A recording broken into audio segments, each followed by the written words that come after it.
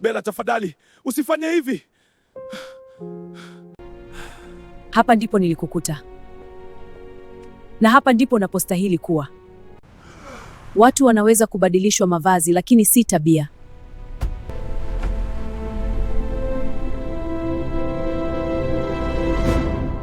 Bella ni mwanamke aliyepiga hatua kubwa katika ulimwengu wa biashara. Maisha yake yalikuwa ni ofisini tu na safari za ndege. Siku moja, akiwa njiani kuelekea kwenye kikao, alimwona mwanamume mmoja aliyeitwa Tom. Tom akiwa ameketi kando ya pipa la takataka, nguo zake zimechanika na uso wake umejaa kukata tamaa. Tofauti na matajiri wengine, Bella alisimama. Hakumwona Tom kama ombaomba, bali kama binadamu aliyepoteza mwelekeo.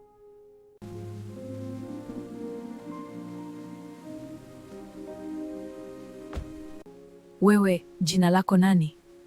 Tom, sina pa kwenda. Simama.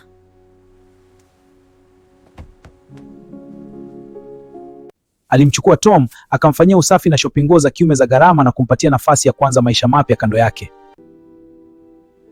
Hivi huyu ni mimi kweli?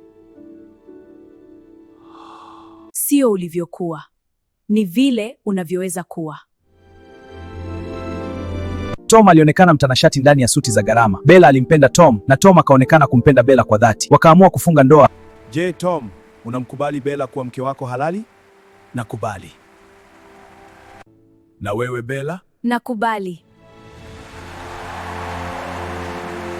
Baada ya muda mfupi, Bella alipata ujauzito. Akiwa kama mfanyabiashara, aligawa muda wake wa kazi na kumpenda mumewe.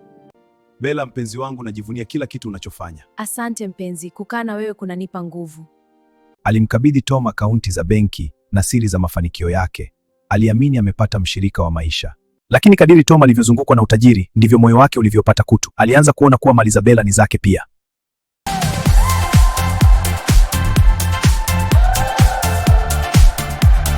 Alianzisha mahusiano ya siri na mwanamke mwingine, wakitumia pesa za Bella kufanya starehe wakati Bella akiwa kazini au amechoka na ujauzito. Baby, leo umeamua kununua dunia? Pesa zipo na sasa ni zangu. Bella alianza kuhisi kitu hakiko sawa. Siku moja, Bella aligundua miamala mikubwa ya siri iliyofanywa na Tom. Haiwezekani. Alimfuatilia Tom na kumkuta katika pabu, akimwaga pesa na mwanamke mwingine. Nilikuona, nilikuamini, nilikupa kila kitu. Bella, si kama unavyofikiria. Nilikutoa mavumbini nikakupa jina, lakini umechagua kunisaliti. Usiku huo huo, Bella aliamuru walinzi wake wamkamate Tom. Hakumpeleka polisi, alimpeleka kule kule alikomkuta miaka kadhaa iliyopita. Bella, tafadhali usifanye hivi. Hapa ndipo nilikukuta, na hapa ndipo unapostahili kuwa. Watu wanaweza kubadilishwa mavazi, lakini si tabia.